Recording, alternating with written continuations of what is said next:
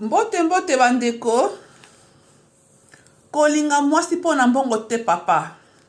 Oza mobali lukavi na yo. Mibali mingi bazana mokili oyo babotama balukaka basi moko boye bakipaka bango balesaka bango balatisa bango. Donc ndenge zali wana tanga linga mwasi eza beauté na ete ezali te parce que ali mwasi yango za caractère malamu ya atali kaka poche mwasi wana pesaka ya bokolaka ye.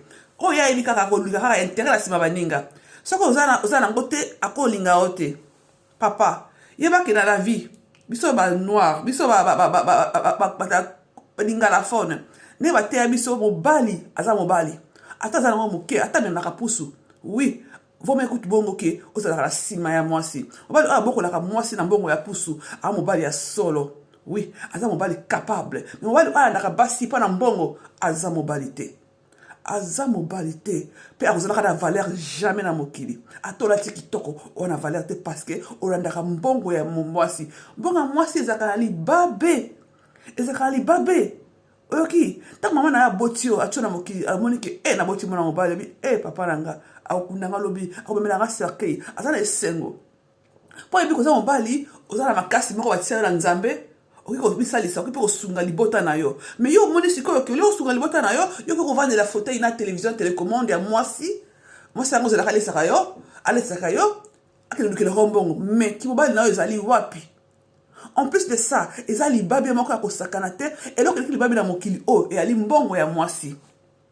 Mbongo ya mwasi boko lia na ndenge ya modernisation, na ndenge ya kilelo, c'est-à-dire moi ça sali ko sali bo sungani wana za bongo bo so sungana ensemble bo vivre wana za bongo mais tant yo dika ke non yo vandi moi ça laisse kayo asa la kaotu papa libabe vina o ke suka mabe moi ça sera la monter moi ça va très sacré ali être moko sacré na biso nzambe ba sakana kana été yo monike alinga mingi ngana zali gangi ngana ali bogos papa oza bogos ya papier